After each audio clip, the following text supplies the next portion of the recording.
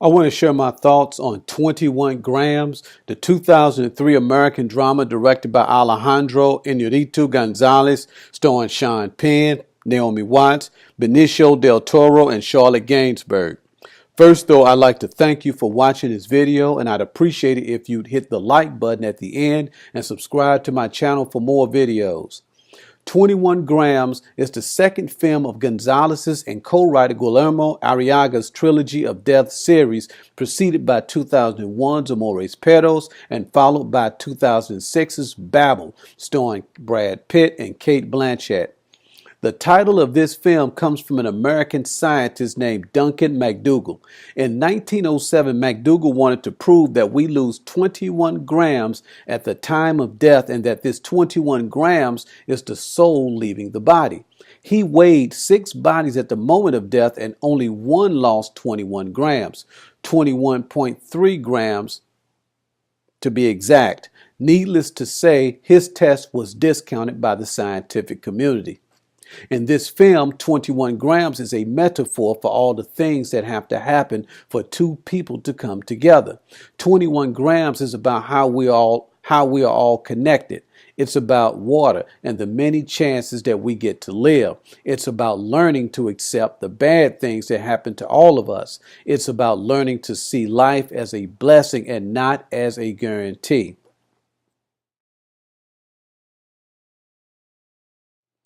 Everything in nature has an opposite. 2 legs, 2 arms, 2 eyes. There's light and darkness, hot and cold, weak and strong, male, female, left and right. In 21 Grams, life and death complement each other.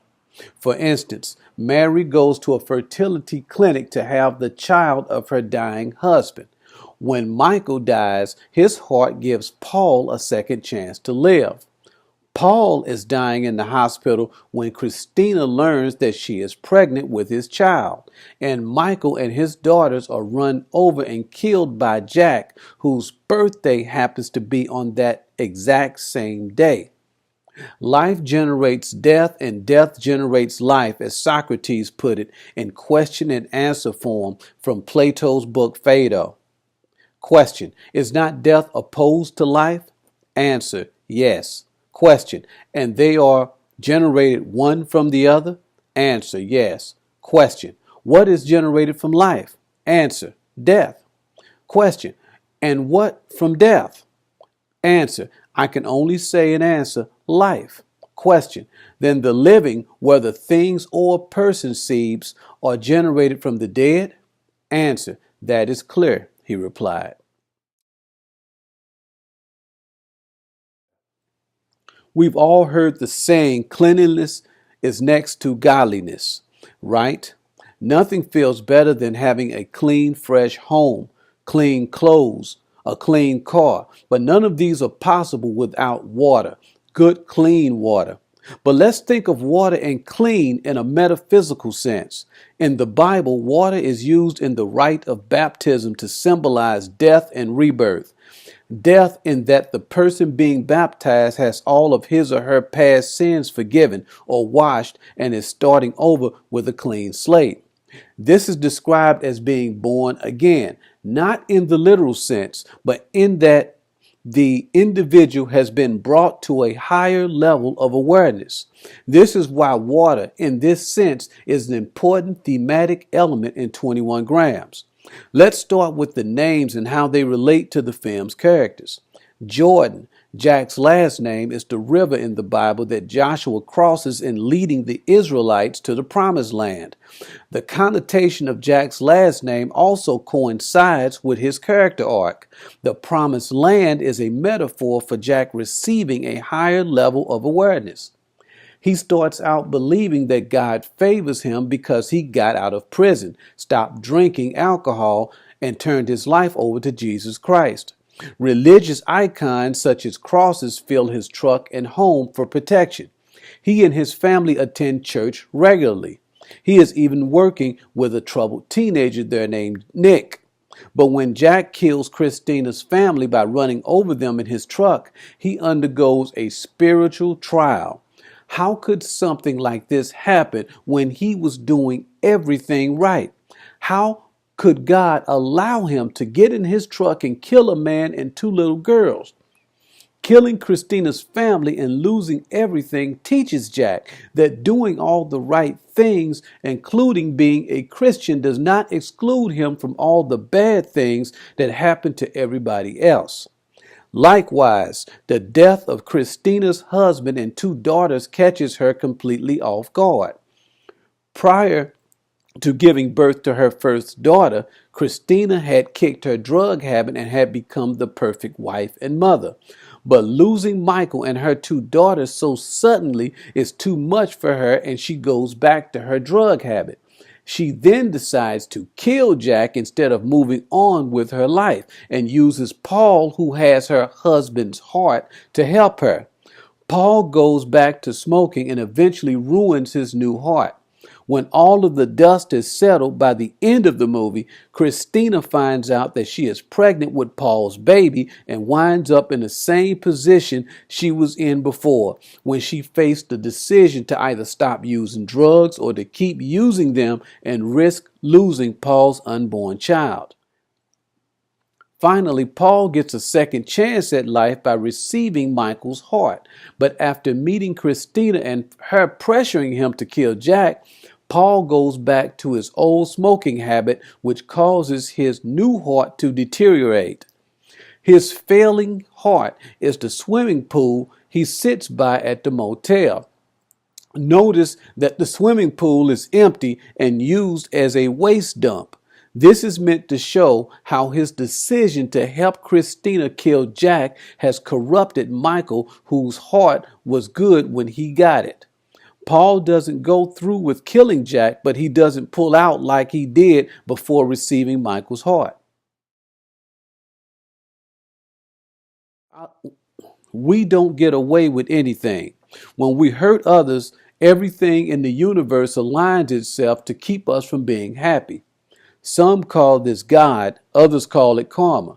There are invisible laws within us that punish us when we act against them, rising up like judge, jury, and executioner to condemn us. In 21 grams, for instance, Paul returns to smoking when he goes in with Christina to kill Jack. In doing this, he not only hurts himself, he also hurts Michael, who continues to live on through the heart his death has given to Paul. Likewise, Christina's drug habit not only threatens her health, but also the life of her unborn child. And also, even after Jack finishes his prison sentence for killing Christina's family, he abandons his own family to wallow in guilt by himself in a motel where he goes back to drinking alcohol and smoking cigarettes. Life is not fair. Good people die young and bad people die of old age. Fit people get cancer. Sinners have all the luck and good people die poor. Abusers get the best girl and good guys get the cold shoulder. Heroes don't always win and ride off into the sunset, and contrary to popular belief, hard work doesn't always pay off.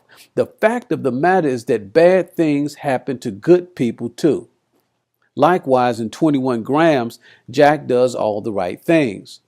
He attends church on a regular basis. He has given up drinking alcohol. He works with a troubled teenager. He follows the Bible to the letter, and yet he gets into his truck on a normal day, sober, feeling better about the future and getting a new job after getting fired, and out of nowhere, he ends up running over 3 people in his truck, panics, and leaves the scene of the incident. Same thing with Christina, who also does all the right things by kicking drugs and becoming the ideal wife and mother. Yet in a single moment, she loses everything. Some things are just too unpleasant to think about, but death is always going to be a fact of life. But somewhere along the way, we forget how to live and settle for being alive.